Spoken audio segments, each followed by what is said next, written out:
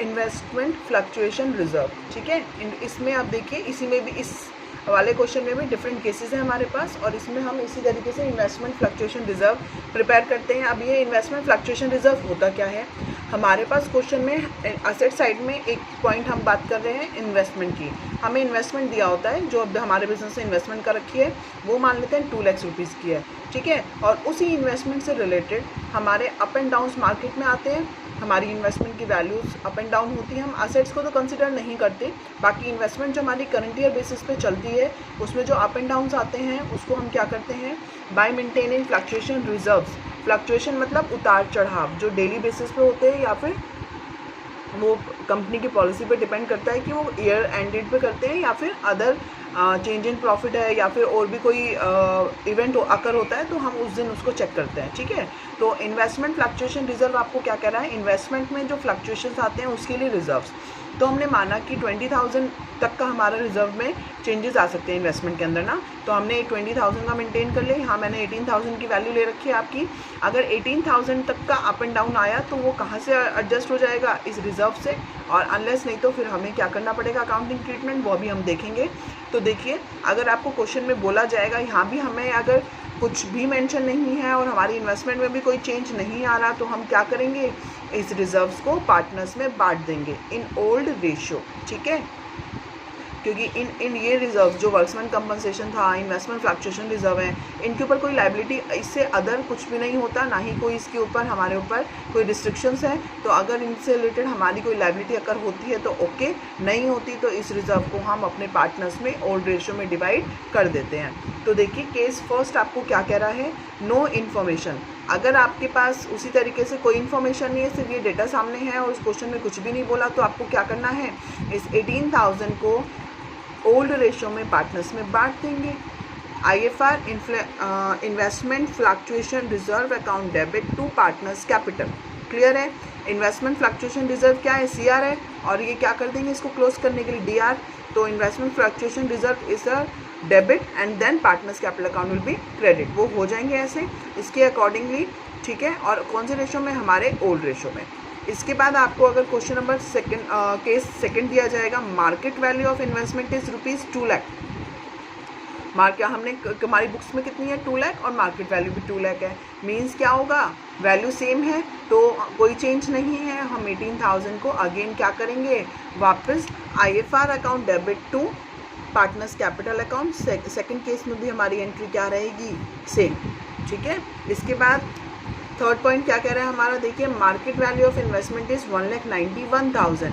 क्या हुआ, 9,000 रुपीज़ से हमारी क्या हो गई, ये वैल्यू में डिक्रीज़ आ गया है। डिक्रीज़ आने का मतलब 9,000 रुपीज़ से हमें क्या करना पड़ेगा, इन्वेस्टमेंट की वैल्यू को कम करना पड़ेगा। वो कहाँ से करेंगे, इन्वेस्टमेंट फ्लक्चुएशन रिजर्व से। तो देखिए क्या एंट्री पास होगी, इन्वेस्टमेंट फ्लक्चुएशन रिजर्व को तो हमें क्लोज करना है कितने से, 18,000 पे। इन्वेस्टमेंट कितने से डिक्रीज़ हो रही है, 9,000 से। जो रिमेनिंग 9,000 का अमाउंट बचा वो हम क्या कर देंगे, पार्टनर्स को दे देंगे इन ओल्ड रेशियो, क्लियर है।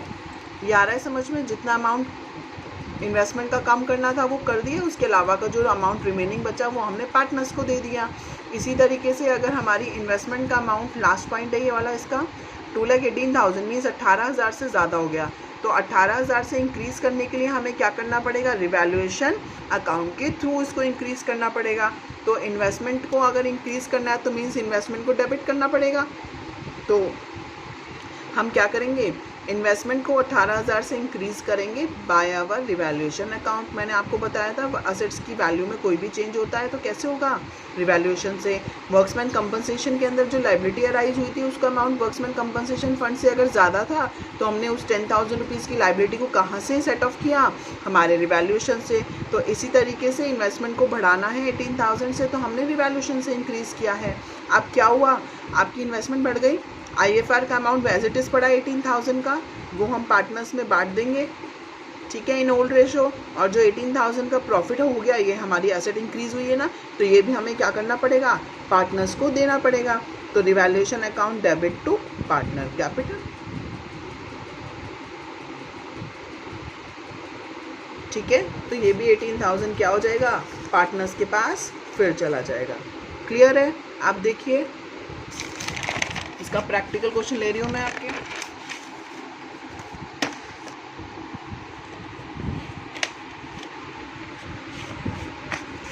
Question number 28, A, B and C sharing profits and losses in the ratio of 4:3:2. Decide to share profits and losses 2:3:4. तो 1 अप्रैल 2016 को बैलेंस शीट का एक्सट्रैक्ट दिया हुआ है। हमारे लिए क्या नीडेड है? Old ratio. ठीक है, अब आपको देखिए बैलेंस शीट का एक्सट्रैक्ट दिया हुआ है। लायबिलिटी साइड है इन्वेस्टमेंट फ्लक्चुएशन रिजर्व 54,000 के, और असेट दी हुई है इन्वेस्टमेंट, असेट साइड में इन्वेस्टमेंट है 6 लाख रुपीज़ की। तो अब देखिए इसकी कैसे कैसे पॉइंट्स हैं। फर्स्ट पॉइंट है there is no information if the market value of investment is 6 lakh, means दोनों केसेस में सेम एंट्री आएगी। कोई इन्फॉर्मेशन नहीं है तो हम इन्वेस्टमेंट साइड क्लोज को नहीं देखेंगे, हम क्या करेंगे 54 को लेंगे और ओल्ड रेशियो में शेयर कर लेंगे।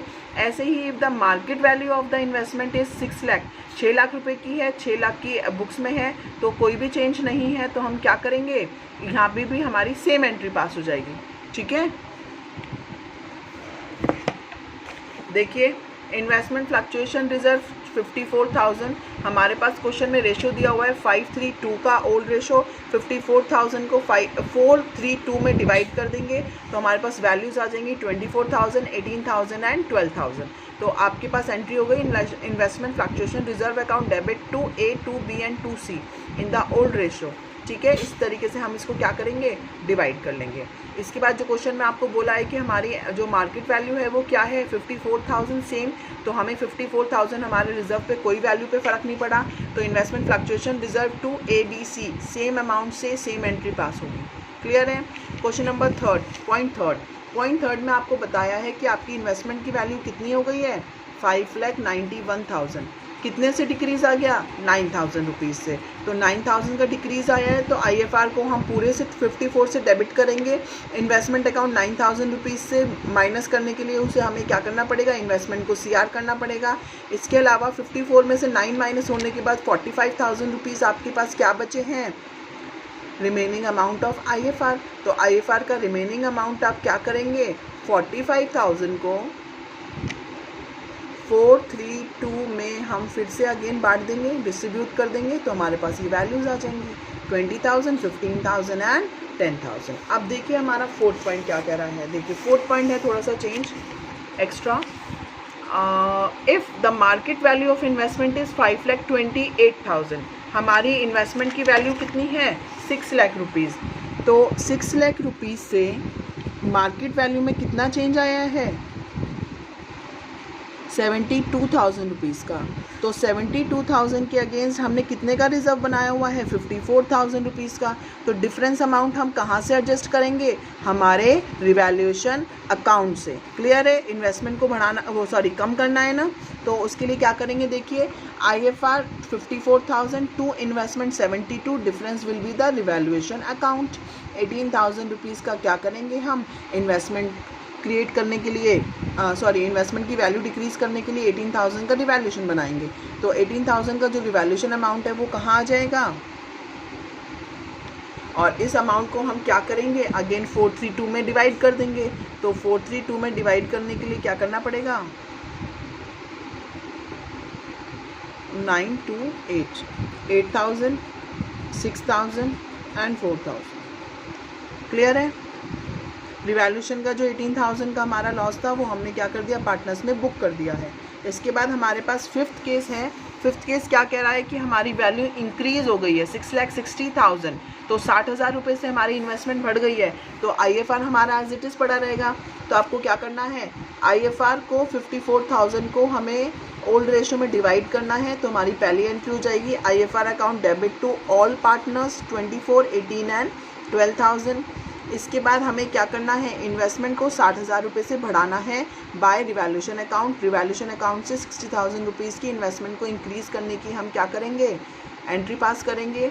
इसके बाद हम जो हमारा IFR तो डिवाइड हो गया बट इन्वेस्टमेंट के थ्रू रिवैल्यूएशन अकाउंट में प्रॉफिट आ चुका है, इन्वेस्टमेंट बढ़ी है ना वैल्यू मार्केट में असेट की, तो असेट हमारी इंक्रीज़ होगी तो हमारे लिए प्रॉफिट है तो मीन्स उस प्रॉफिट को क्या करेंगे पार्टनर्स के बीच में डिवाइड कर देंगे इन ओल्ड रेशो।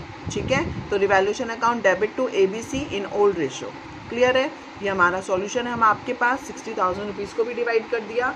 तो question number 26 and question number 28 मैंने आपको करा दिया है। इसके बाद क्वेश्चन नंबर 27 आज आपका होमवर्क रहेगा, इसमें छोटी सी एडजस्टमेंट है वर्क्समैन कंपनसेशन की, आप लोग ट्राई करिए इसको आज। इसके अलावा आपको ये क्वेश्चंस जो मैंने कराए हैं इनका सॉल्यूशंस मैं आपको सेंड कर रही हूँ अभी इसी की वीडियो के साथ ही। तो आपको क्वेश्चन नंबर ये प्रैक्टिस भी करने हैं और गुडविल की जो वैल्यूशंस के क्वेश्चन है वो भी प्रैक्टिस करने हैं। कल मैं आपका रिवैल्यूशन क्वेश्चंस लेने वाली हूँ जो इस चैप्टर के मोस्ट इंपॉर्टेंट क्वेश्चंस हैं जो हमारे 6 मार्क्स में कवर होते हैं, जिसके अंदर हमें partners capital account, balance sheet and revaluation account बनाना है। तो प्लीज़ आप लोग इन चीज़ों की अच्छे से प्रैक्टिस करिए आगे की वीडियोज़ के लिए। Thank you.